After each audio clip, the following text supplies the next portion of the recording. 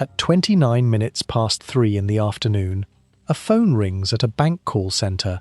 A woman gives her details, asks a routine question about her account, and hangs up. It is an entirely unremarkable phone call. Nobody on that line has any reason to think twice about it. It is also the last time anyone would ever hear Kate Prout's voice again. She would be reported missing 5 days later. 2 years after that, a jury would convict her husband of murdering her, in a trial where the one thing missing from the courtroom was her body, and 4 years after that conviction, he would finally lead police into a wood on his own land to show them exactly where she was. This is the case of Kate Prout and her husband, Adrian Prout. Now, if this is your first time here, I'm really glad you found this channel. Every day, I dive deep into real criminal cases, breaking them down piece by piece so we can actually understand what happened and why. If that sounds like something you'd be into, go ahead and hit subscribe. It's free, and it means a lot. Okay, now let's get back to the case. Kate Prout was 55 years old. Before her life became defined by the farm she shared with her husband, she had spent years working as a teacher, a career built around patience and care for other people. Those who knew her, particularly her brother, Richard Wakefield, and her sister-in-law, Linda Wakefield, remembered her as a woman who valued her independence and her relationships with the people close to her. In the final year of her life, Kate still made space for the things that mattered to her. In September of 2007, she took a holiday to Salisbury. The following month, she traveled to Italy with Linda, her sister-in-law, leaving the running of the farm to a house sitter while she was away. These were not the actions of a woman whose life had shrunk down to nothing. She was still living, still traveling, still keeping her own friendships alive, even as her marriage was quietly falling apart behind her. By the 5th of November 2007, Kate appeared to be standing at the edge of a new chapter. Only 1 day earlier, she had pushed her husband for a significantly larger financial settlement as their marriage moved towards divorce. She was, by every indication available to the people who knew her, someone preparing to leave a difficult marriage behind and build an independent life on her own terms. She never had the chance to live that next chapter. What was meant to be the beginning of Kate's new life, instead, became the final week of it. It is worth pausing on the ordinariness of that final phone call to her bank. It was not a dramatic moment, not a cry for help, simply a woman handling one small piece of the practical business of restarting her life alone. That is often how these stories end, not with a scene anyone could have recognized as dangerous at the time, but with the last of 1,000 ordinary moments, followed by silence where the next ordinary moment should have been. Adrian Prout was 45 years old, a successful farmer and businessman in Gloucestershire. He owned a pipe-laying company and ran a commercial pheasant shoot, and by the time of his wife's disappearance, he was the owner of Red Hill Farm, a property spanning 276 acres and valued at roughly £1,200,000. To many in the local community, he appeared to be exactly what that description suggests: a capable, established countryman with a thriving business and a large family property. Adrian and Kate had met and married in the year 2000. 4 years later, in 2004, the couple bought Red Hill Farm together and began building a shared life there. For those early years, from the outside at least, there was little to suggest the marriage was anything other than settled. That impression began to change in 2006. According to entries later found in Kate's own diary, cracks had started to appear in the relationship, including an occasion when she alleged her husband had thrown her against their car during an argument. The pattern would continue and escalate in the months that followed. What had once looked like an ordinary countryside marriage was, behind closed doors, becoming something far more troubling. and Kate was the one left to carry the weight of it. There is a familiar shape to this kind of relationship, one that appears again and again in cases involving intimate partner homicide. A husband whose public reputation, built on business success and land ownership, gives him standing and credibility in his community. A private life, hidden from that same community, defined by control, threats, and eventually violence. The gap between those two versions of Adrian Prout, the respected local businessman, and the man Kate had begun documenting in her own diary, would only become fully visible once the case reached a courtroom. The clearest turning point came on the 11th of February 2007. According to Kate's own account, later presented as evidence, Adrian threatened to kill her and held her over the edge of their drained swimming pool. Following that incident, Kate temporarily moved out of Red Hill Farm. 2 months later, the couple attempted a reconciliation, and Kate returned to the home they shared. For a time, whatever had happened between them appeared to have been set aside, at least on the surface, but new tensions soon followed. During the autumn of 2007, while Kate was away traveling, first in Salisbury and then in Italy, a house sitter named Diane Bellamy stayed at Red Hill Farm to look after the property. During this period, Kate became concerned that her husband was having an affair with Ms. Bellamy, adding a fresh layer of suspicion and strain to a marriage that was already fragile. Then came the financial dispute that would ultimately define the final days of Kate's life. On the 2nd of November 2007, Kate met with accountants in Cirencester to discuss the terms of her divorce settlement. 2 days later, on the 4th of November, she demanded an increased settlement of £800,000. Adrian had previously offered her £600,000 plus ongoing maintenance and had said he would need to sell the family farm, worth around £1,200,000, in order to meet any larger payout. For a man whose entire identity and livelihood were tied to that farm and to the business built around it, an escalating financial demand of this size represented far more than a disagreement over money. It represented, in his eyes, a direct threat to everything he had built. None of this unfolded in public. To neighbours and business associates in the local area, Adrian remained the same capable countryman he had always appeared to be. The mounting pressure of the divorce, the suspected affair, the financial demands closing in on the farm, all of it stayed contained within the walls of Red Hill Farm, invisible to everyone except the two people living there. By the following day, that threat would turn fatal.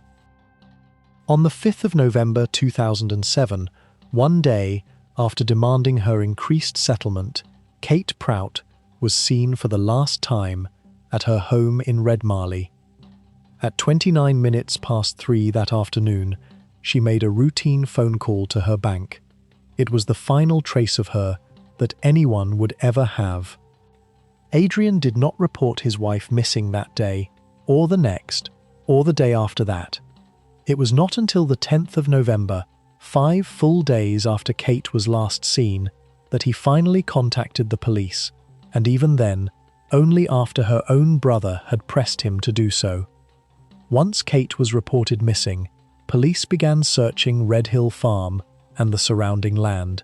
On the 27th of November, Adrian was arrested for the first time on suspicion of murder, as officers expanded their search to cover roughly 200 acres around the property. At that stage, investigators said publicly that there was no direct evidence Kate had come to any harm, and that she might still be found safe. What followed was a search effort that stretched on for close to 6 weeks, officers working their way across 200 acres of farmland, outbuildings and woodland, looking for any trace of a woman who had, to all appearances, simply vanished from her own home. It was a slow, methodical process, the kind of search that requires covering ground inch by inch, rather than relying on a single decisive breakthrough. On the 19th of December, that search concluded.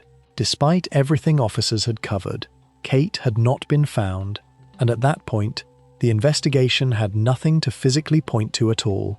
No body, no crime scene, no forensic trace of what had actually happened to her. By the 4th of January 2008, police stated they now believed Kate had been murdered. Adrian was arrested for a second time in February that year and was formally charged with murder in March of 2009, more than a year after his wife had disappeared. At trial, prosecutors built their case without a body, relying instead on the pattern established by the evidence around her disappearance. Kate's own diary, describing years of threats and violent arguments, was presented to the jury. So too was the significance of Adrian's delay in reporting her missing, 5 days of silence that only ended once someone else insisted he act. And running through all of it was the financial motive, an escalating divorce settlement that placed Adrian's farm and business directly at risk. In February 2010, the jury found Adrian Prout guilty of murdering his wife. He was sentenced to life imprisonment, with a recommendation that he serve a minimum of 18 years before being considered for release.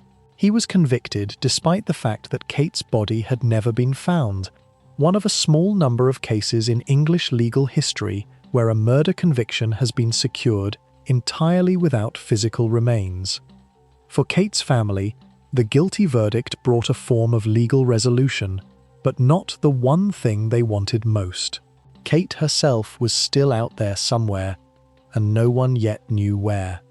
A conviction, in a case like this, is rarely the same thing as an ending. The court had answered the question of responsibility. It had not answered the question of where Kate actually was, and for her family, that second question would remain unresolved for years to come. Cases without a body present a very particular challenge for investigators and prosecutors alike, and this case is a clear illustration of exactly why.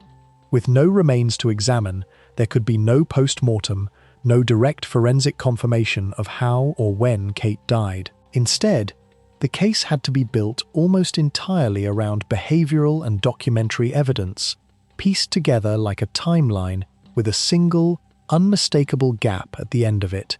The most significant piece of digital evidence was, in some ways, the simplest. Kate's final phone call, made to her bank at 29 minutes past 3 on the 5th of November, gave investigators a precise, verifiable point in time, after which she was never heard from again. No further activity was recorded on her accounts, her phone, or anywhere else in the days that followed. That silence, confirmed and dated, became one of the clearest markers the prosecution had. Kate's diary served a different but equally important purpose.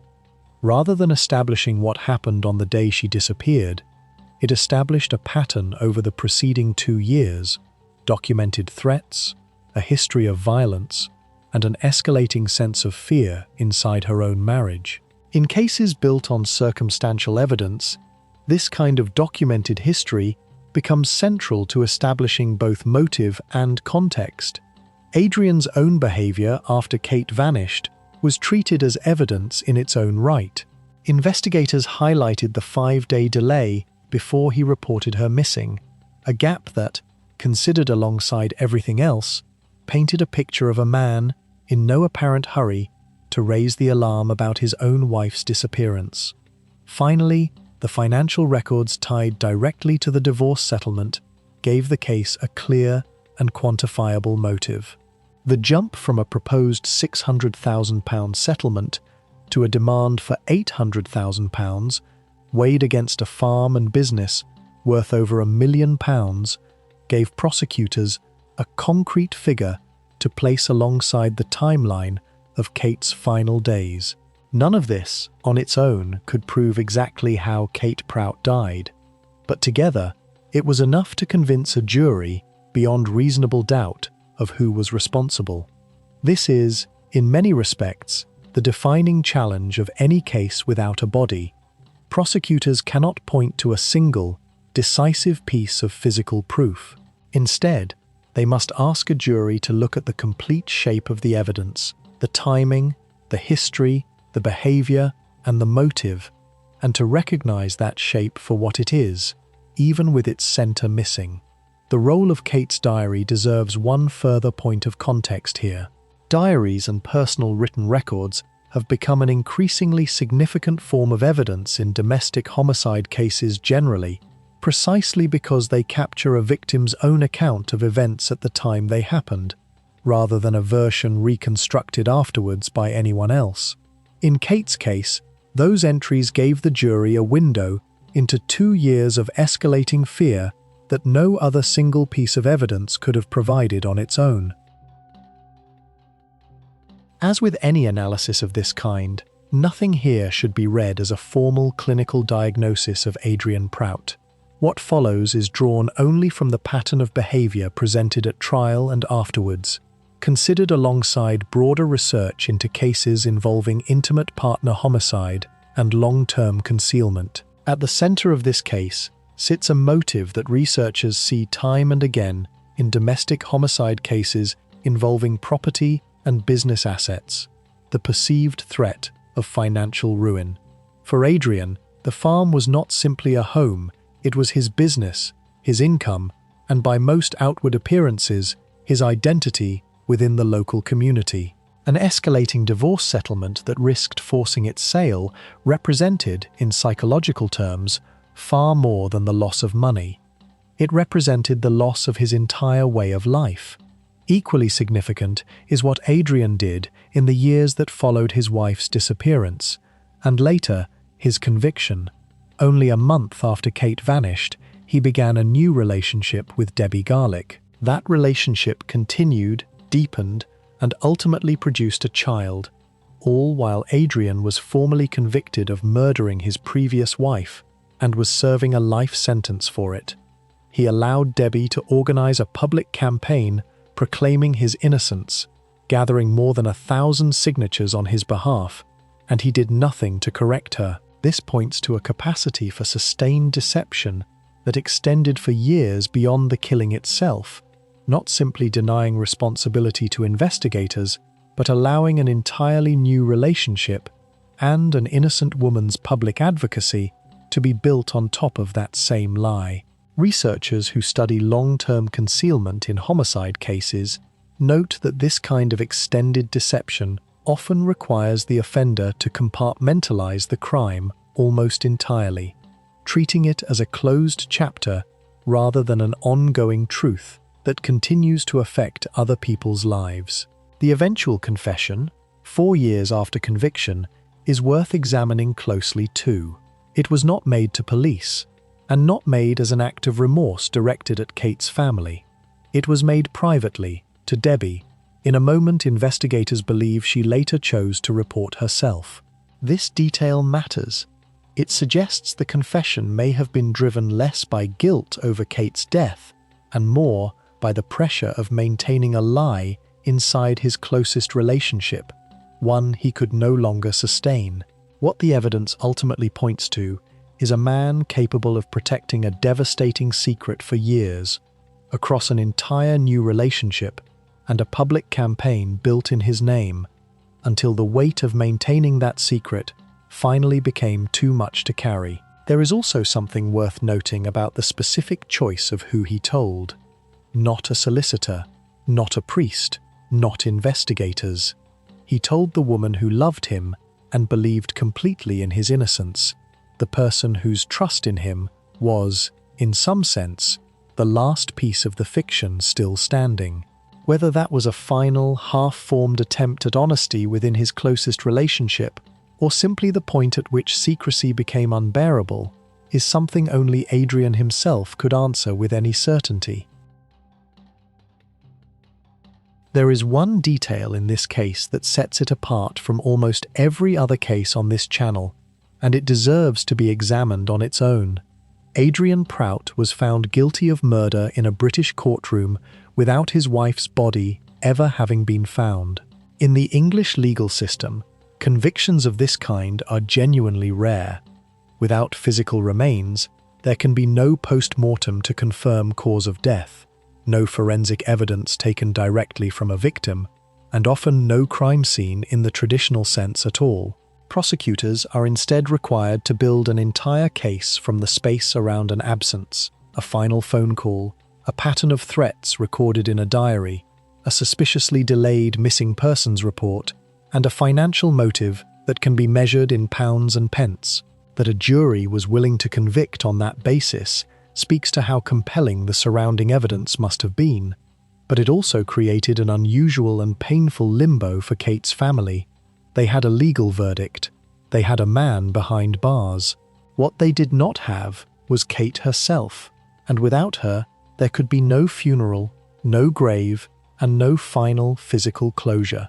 That limbo continued for 4 more years after the conviction, years during which Kate's family had every reason, on paper, to consider the matter settled.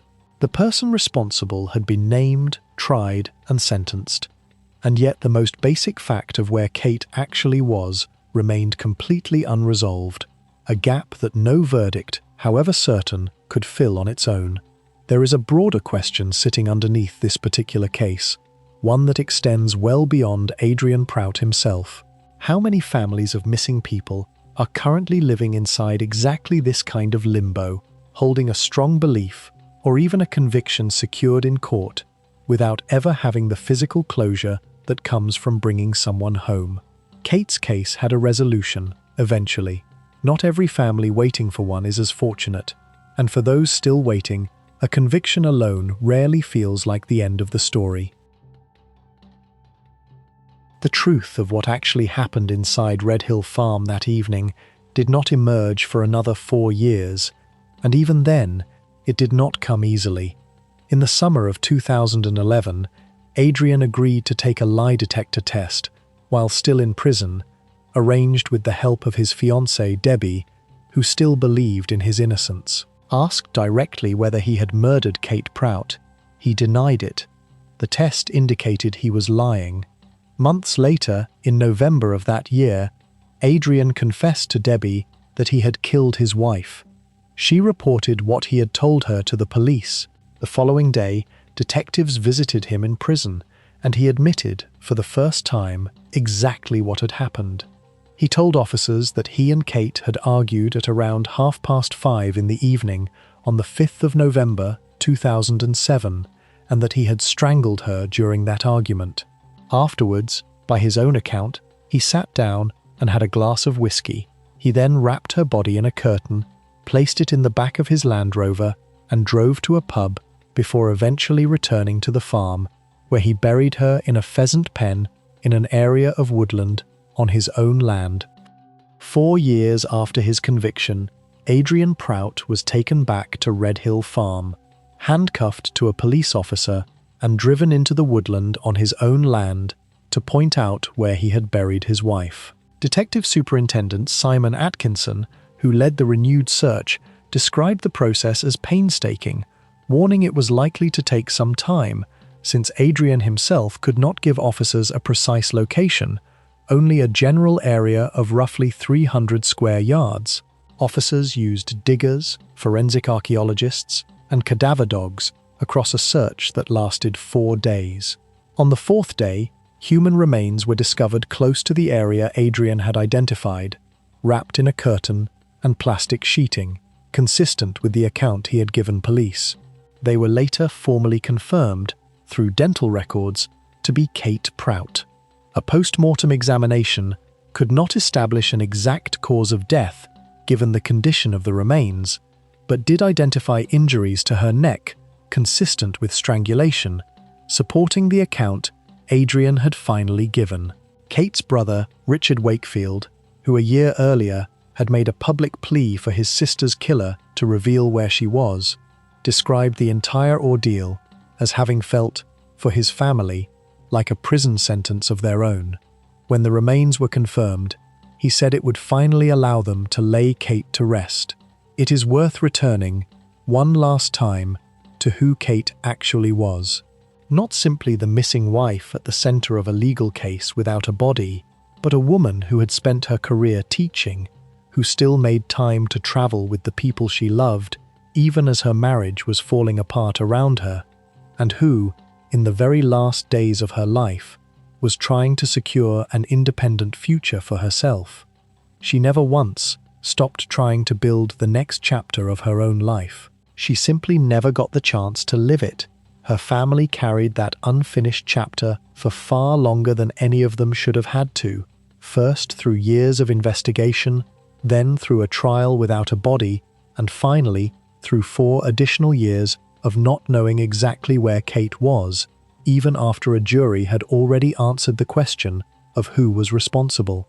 Their patience and their refusal to stop asking is as much a part of this story as anything Adrian Prout ever did. In the end, it was not a fresh piece of forensic evidence or a breakthrough in the investigation that finally brought Kate home. It was the simple human fact of a secret that had become too heavy for one man to carry alone, shared with the one person who trusted him completely, and passed on from there. Kate's family did not get their answer because the system demanded it. They got it because, eventually, someone finally chose to give it to them, however late that choice came. If you want to understand how a British court can convict someone of murder without ever finding a body, and how the truth eventually surfaced years later, that is exactly what this channel is for. Every day, we break these cases down properly, without the noise, so hit subscribe if that is something you want more of. Thank you for watching.